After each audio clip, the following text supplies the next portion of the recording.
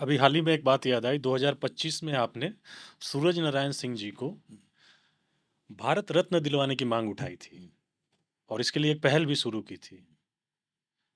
और आप लोग को बता दें, सूरज नारायण सिंह उन नेताओं में से थे जिन्होंने जिंदगी भर सामाजिक न्याय और वंचित वर्गों के लिए, उनके अधिकार के लिए लड़ते रहे और इसी संघर्ष की कीमत उन्होंने अपनी जान को देकर करनी पड़ी। आपकी इस पहल के पीछे क्या व्यक्तिगत भावना थी? देखिए, कोई व्यक्तिगत नहीं, लेकिन व्यक्तिगत तौर पर मैं अपने गुरुदेव परमेश्वर कुंवर जी से उनके बारे में सुनता रहा। वो भी समाजवादी थे और उनको अपना आदर्श मानते थे। उनका एक आर्टिकल हमने पढ़ा था, तुमसा नहीं देखा। सूर्य नारायण सिंह से आप हाँ, मिले थे? सूरज बाबू नहीं, वो हमारे जो गुरुदेव थे परमेश्वर कुमार जी। उनके आदर्श थे वो। तो उन्होंने स्मारिका जो उनके मौत के बाद छपी, उसमें एक आलेख है, तुमसा नहीं देखा। वो परमेश्वर कुमार का आलेख है एक। उसको पढ़ के बड़ी प्रभावित हुए, उनके बारे में सुनते रहे। दादाजी कोसी के गांधी कहे जाते थे, वो गांधीवादी थे, लेकिन सूरज बाबू उन्हीं दिनों समकालीन थे और वो क्रांतिकारी थे। उनके किस्से सुन सुन के हम लोग बड़े हुए। और लड़कपन में सूरज बाबू, शहीद भगत सिंह जैसे लोग बड़ी आकर्षित करते थे मुझे। तो सूरज बाबू को, जैसा आपने कहा, कि एक जमींदार परिवार में पैदा हुए और मजदूरों की लड़ाई लड़ते हुए शहीद हुए। जयप्रकाश नारायण और जेपी आंदोलन अगर खड़ा हुआ, आज इस देश में अगर गैर कांग्रेसी सरकार बनी है और उसका आज हम सभी फायदा उठा रहे हैं, लोग सत्ता सीन हुए हैं, तो बलिदान सिर्फ और सिर्फ सूरज नारायण सिंह की। सूरज बाबू उनके हनुमान माने जाते थे, जयप्रकाश नारायण के। हजारीबाग जेल में जब थे, तो दीपावली की रात में वो कहा करते थे जेपी को, जेपी अब 1857 के गदर की तरह 42 की क्रांति फेल कर गई। हम सारे लोग जेल में ठूस दिए गए, ठंडा पड़ गया ऐसा लगता है। हमारे पास दो ही रास्ते हैं, या तो जेल में सड़ के मरे या बाहर लड़ के मरे। वो प्रेरित करते रहे और एक बार जयप्रकाश नारायण ने मन बनाया, वो उनको कंधे पर उठाकर जेल से भाग कूद करके और फिर उनको नेपाल की तराई में ले गए। आजाद दस्ता का गठन हुआ और सशस्त्र क्रांति, उन दिनों दो ही, विदेश में नेताजी सुभाष चंद्र बोस के नेतृत्व में और देश के अंदर नेपाल की तराई में जयप्रकाश नारायण के नेतृत्व में शुरू हुई, जिसके सेनापति कमांडर इन चीफ सूरज नारायण सिंह थे। कई थानों को लूट करके हथियार जमा किए, नेपाल की तराई में रेडियो आजाद हिंद बनाए, उसके उद्घोषक बने डॉक्टर लोहिया। युवा उद्घोषक थे हमारे गुरुजी परमेश्वर कुमार, ये सब। और जब वहां भी अंग्रेजों का छापा पड़ा, नेपाली पुलिस और ब्रिटानिया हुकूमत का छापा पड़ा, और जब जयप्रकाश नारायण और डॉक्टर लोहिया गिरफ्तार करके हनुमान नगर जेल में डाल दिए गए, फिर आजाद दस्ते का हमला हुआ। साइकिल से वो लोग गए। उस समय सबसे तेज सवारी साइकिल हुआ करती थी, मोटरसाइकिलें नहीं थी, या घोड़ा हुआ करते थे। तो उन लोगों ने जेल ब्रेक करके डॉक्टर लोहिया और जयप्रकाश नारायण को निकाला।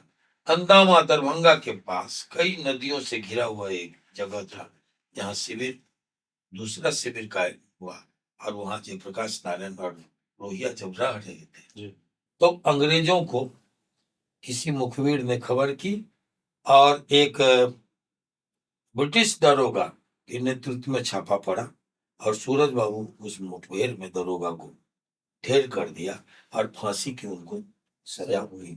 काला पानी में थे। जब मुल्क उनके सौभाग्य से आजाद हो गया और वो बाहर आ गए, तो उनको भगत सिंह की तरह, वो बिहार का दूसरा भगत सिंह कहा जाता था। और उनकी मौत जी टाटी सिलवे में, हमने कहा जमींदार के घर जो पैदा हुए, मजदूरों की लड़ाई लड़ते हुए मारे गए। जी उनको टाटी सिलवे में साजिशन 7वें दिन जब वो गांधीवादी तरीके से अनशन पर थे मजदूरों के हक के सवाल पर, जी तो 4 बजे सुबह में फायरिंग की गई, बम फेंके गए और ये बताया गया कि कम्युनिस्टों ने हमला कर, उस आंदोलन में कम्युनिस्ट भी थे, कम्युनिस्टों ने हमला कर दिया पुलिस पर और बहाना करके सूरज बाबू जो रजाई में गेट पर अनशन पर थे, उनको पीट पीट करके बूट से, बट से, लाठी से मांस का लोतरा बना के पीएमसीएच भेजा गया, जहां उनका निधन हो गया। उनकी लाश से लिपट कर जयप्रकाश नारायण रोए और उसी दिन उन्होंने कहा कि जिनको ब्रिटानिया हुकूमत खत्म नहीं कर पाई, हजारीबाग जंगल का आदमखोर शेर बाल बांका नहीं कर पाया, कांग्रेस ने कायरतापूर्ण तरीके से सूरज बाबू को शहीद कर दिया और उनकी शहादत बेकार नहीं जाएगी, कांग्रेस को इसका खामियाजा भुगतना पड़ेगा। और यही कह करके वो निकल पड़े, गुजरात यूथ फॉर डेमोक्रेसी बनाए, पूरे देश में घूमना शुरू किए, गुजरात से क्रांति की जो लपटें फूटी, बिहार आते आते वो दावानल में परिवर्तित हो गया, भड़क उठा और कांग्रेस पहली बार न केवल बिहार में केंद्र में सत्ताच्युत हुआ जयप्रकाश नारायण के नेतृत्व में, बलिदान सिर्फ सूरज बाबू, और पहली बार गैर कांग्रेसी हुकूमत केंद्र में बनी जो अब तक कंटिन्यू कर रही है। तो मैं कह रहा हूं कि चाहे वो बिहार हो चाहे वो दिल्ली हो, सूरज बाबू के बलिदान के दम पर ही हम पटना और दिल्ली पर राज कर रहे हैं। इसलिए सूरज बाबू को भूल जाना कृतज्ञता होगी। सूरज बाबू साधारण लोग नहीं थे, जिसने कर्पूरी ठाकुर को पैदा किया, जिनकी बेटी की शादी में कन्यादान, जयप्रकाश नारायण, उनके हार्ट की एक घटना काफी है, जिनकी बेटी की शादी में कन्यादान जयप्रकाश नारायण ने किया, नाई की भूमिका कर्पूरी ठाकुर ने निभाई और भार लेकर राम सेवक हजारी आए, बहन मुंहबोली बहन का भार लेकर, भाई बनकर, कंधे पर भार डोली रहता है, हाँ, लेकर के राम सेवक हजारी आए और बड़े बड़े लोग वहां उस भूमिका में थे, पंडित रामनंदन मिश्र, ये सब पंडित की भूमिका में थे। तो ये उनकी हाइट का, सूरज बाबू के हाइट का एक छोटा सा उदाहरण।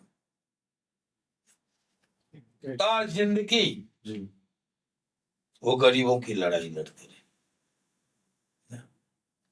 आज जो दक्षिण बिहार में जो फैक्ट्रियां थी, टाटा, बिरला, डालमिया, गोइनका, ऐसे लोगों की जो दर्जनों फैक्ट्रियां थी, और उत्तर बिहार में जो मिलें थी, लोहट का मिल, सकड़ी का मिल, रीगा का मिल, आपको मोतिहारी का मिल, लौरिया का मिल, बगहा का मिल, समस्तीपुर चीनी मिल, ये तमाम मिलों में और तमाम फैक्ट्रियों में एक दो नहीं, जो हजारों लाखों लोग रोजी और रोटी कमा रहे थे, वो सूरज बाबू की देन। उसके एक छत्र नेता, मजदूर लीडर सूरज बाबू थे, और जिन्होंने हजारों लोगों को रोजी दी, रोटी दी, घर उनके दम पर चलता था। ऐसे महान लोग जो मरहूम ललित नारायण मिश्र जब उनको ऑफर देने आया कि आप मुख्यमंत्री बन जाइए, पीएसपी के वो नेता हुआ करते थे, तो उन्होंने सिद्धांतों के लिए मुख्यमंत्री पद को ठुकरा दिया। ऐसे महान व्यक्ति का नाम सूरज।